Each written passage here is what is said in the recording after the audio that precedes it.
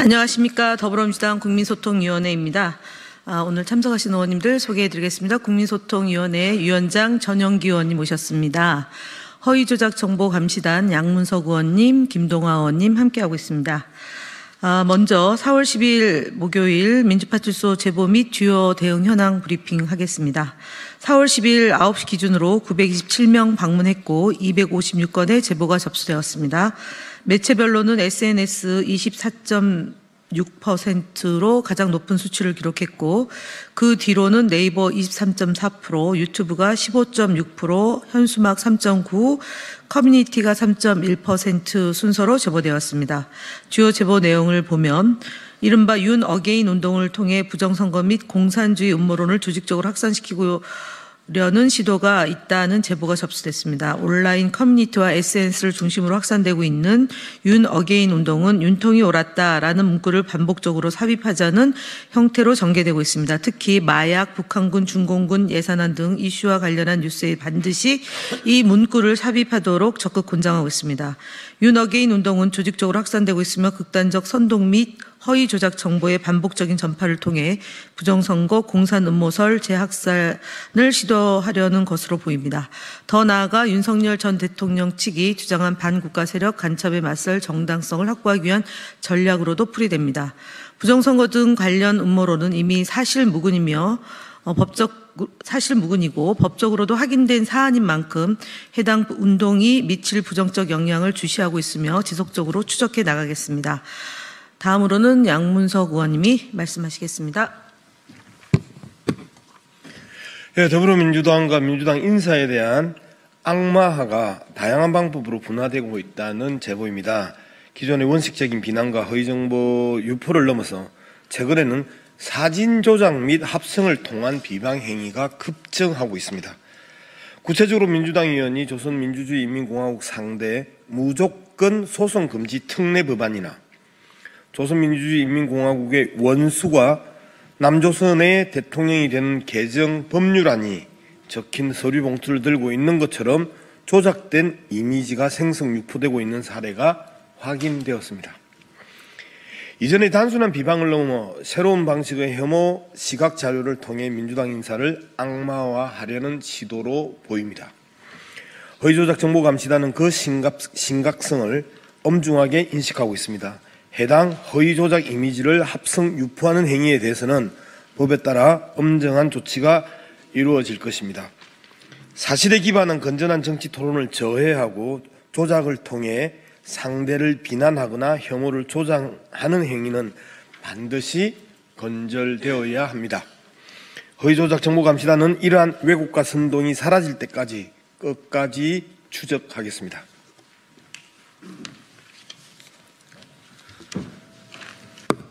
네, 다음으로 주요 대응 현황 보고 드리겠습니다. 머니투데이 언중이 제소, 스카이데일리 수사 상황 등 언론 대응 현황 보고 드립니다. 어제 이재명 당대표가 더불어민주당 대표직에서 사퇴하였습니다. 그러나 사퇴 당일에도 일부 언론은 자극적인 제목으로 여론을 왜곡하고 보도를 이어가고 있습니다.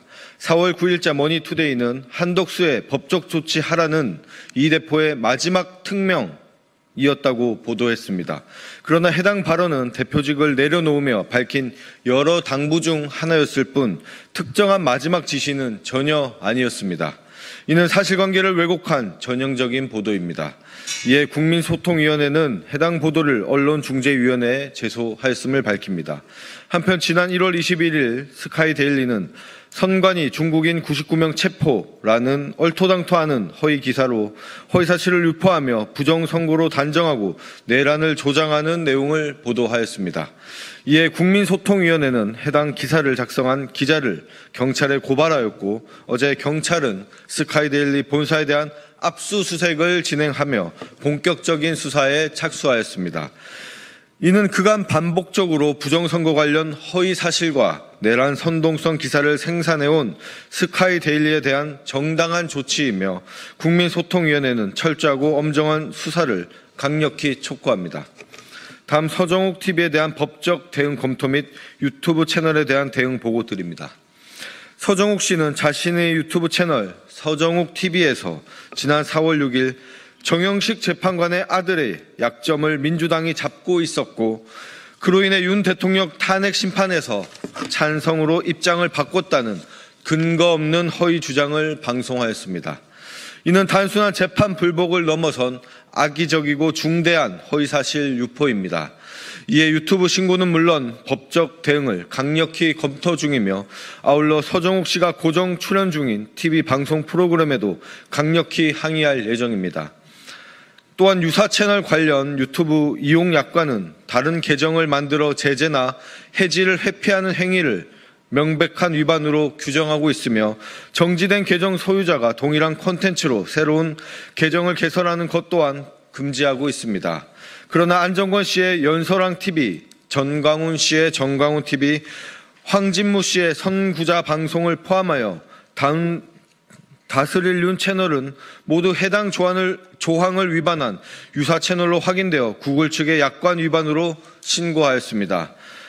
마지막으로 스레드 등 SNS 대응 보고입니다. 스레드의 글로리 글래스 111 계정은 더불어민주당 정 당대표에 대한 악의적인 폄훼 게시물을 게시하였습니다. 이에 국민소통위원회는 메타 측과 협조하여 해당 게시물의 삭제를 완료하였습니다. 앞으로도 국민소통위원회는 메타, 틱톡 등 주요 플랫폼과 긴밀히 협력하여 SNS상에 유포되는 허위조작 게시물 및 선거 방해 행위에 대해 강력히 대응해 나가겠습니다. 네, 국민의힘 거짓말 시리즈 84번째입니다. 권영세 국민의힘 비상대책위원장이 자당의 사무처 당직자 조회에서 이번 사태의 원인 제공은 민주당, 윤석열 대통령 혼자 잘못한 것이겠는가라고 주장하였습니다.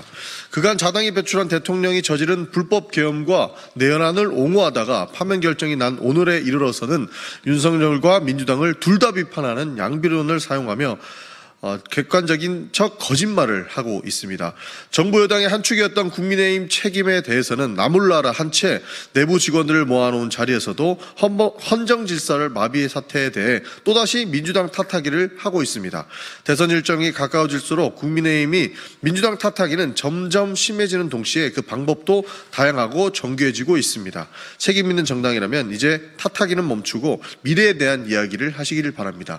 그리고 윤석열 대통령이 했던 맞을만 했으니까 때렸다라는 식의 그 계엄 정당성적인 발언은 말도 안 되는 말씀이기 때문에 그것을 옹호하는 행위를 좀 멈추시기를 바라겠습니다. 국민의힘 대선주자 거짓말 시리즈 4번째입니다.